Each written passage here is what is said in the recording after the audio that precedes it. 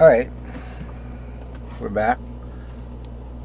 So starting the arpeggios from root and from first inversion and from second inversion gives us different shapes up top here where the warp is. Not that you should rely on memorizing these shapes. You should learn how to do the arpeggios by intervals and then adjust for the tuning warp when you get to this point. So 2 is supposed to go to 4. It's supposed to look like that in minor third, but when you get between the third string from the top and the second string from the top, it closes in. And you get these guys, these staircases. Now what does it do to the majors? You get this thing. You get this like 3 on the bar here instead of up here where we had them up top on the top 3 strings. So the major shape it gives you this 3 on the bar here. Okay, that would be, and look at this. You got a G minor. That's for the Phrygian third. It gives you a G minor shape. Notice it's a G minor shape. Okay, because there's nothing else that starts here and gives you a minor third and then a major third. C starts here. That's where your C root is. Everything is based on the original shape over here of the original C box, the open string box. So you got your C shape there. It's root 3, 6, root 3. Okay. Kind of thing. Way up here we have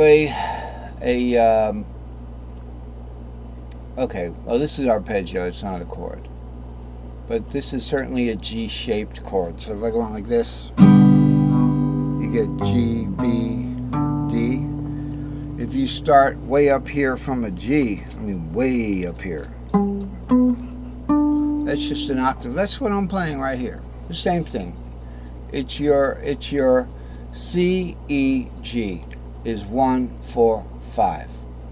Okay, C root shaped, E shaped 4, C shaped root, E shaped 4, G shaped 5. That root could be any key, but in the open position with the C would be C. So it would be C shaped C. C shaped C. E shaped F. Here's your E shaped E, right?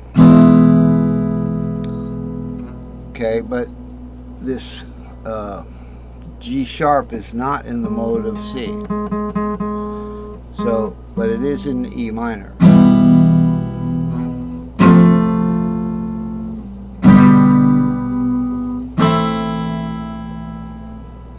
And then that half diminished, kind of in the middle of nowhere. It's not a very gratifying chord to master, but it's important to learn it because it probably is the key to other things.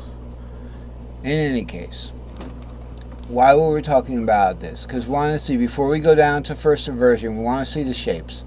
The majors and the minors are going to make the same shape. So in root arpeggios, the majors are going to do this 3 on the bar thing, and then this, you know, kind of L-shaped, kind of a sideways upside down L or something like that, and a hatchet shaped or something. So all of them are going to be the same. Here's the F arpeggio right there, and then the root arpeggio, same thing, 3 on the bar and this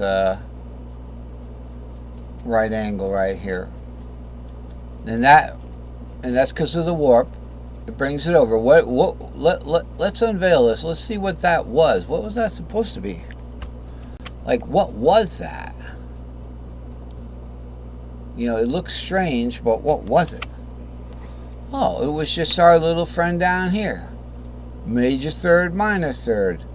Straight up from the fifth to the root. Major third, minor third. That's all it was. That's all it was.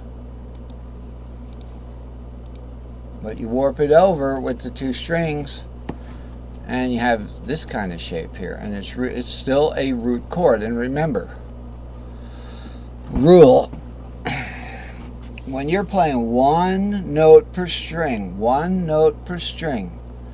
like let's say we're on the top string here, okay, we go to this G, and I want to be a hot dog, so you know, I want to just, let's finish off on the same string. That's two notes on that string. Here's one note on that string. If you start this arpeggio,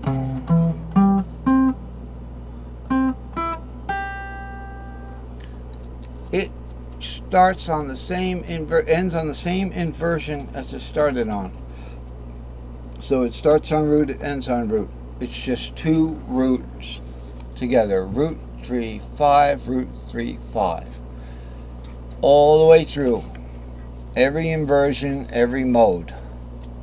It's all ends on the same root. Here's root 3 6. Root 3 6, root 3 6. They're all the same.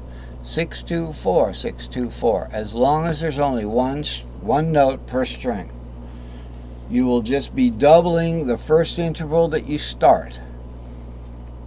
So keep that interval in mind.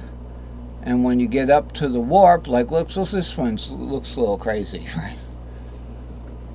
It's a second inversion, E minor, Phrygian arpeggio.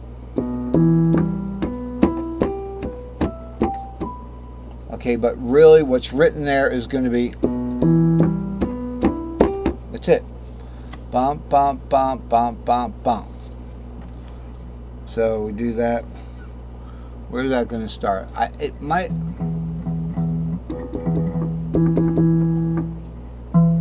It actually goes like this. Whoops. Oh, we're starting on the 7th, sorry. I made the whole color green, but when I did the inversions, I still kept them green. Okay, that's the first root. Then we go... Let's try it one more time. 7 3 5, 7 3 5. Same thing. But let's continue the discussion. Sorry about I'm just kind of out of it today. Let's continue the discussion about the nice shaped chords that happen up here. The bottom ones are going to be the same. You're going to see the same thing, you know, in everywhere you look.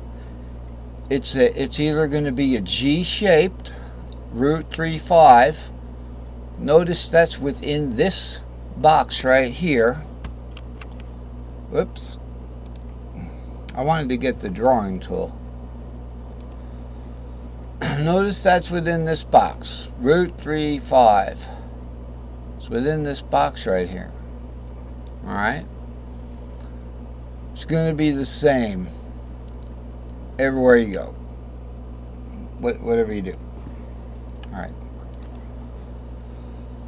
However, and then you get like say 4 6 root is going to be like the C shape. And then, you know, you also have the minor shape, right? So it would be, you look for maybe down here. C minor third. 3 5 7. So everything on the bottom is the same. Here you have a Ionian, the root chord. All right, here's your root E chord right here. 5 root 3. Okay, that is in the E shaped root box. What's E shaped? Play an E. Play an E down. Whenever you want to know what a shape is, play it on the open string. There's your E shape. Play it up by the C box here. It's an E shaped C. Like that. It's going to be the same because it's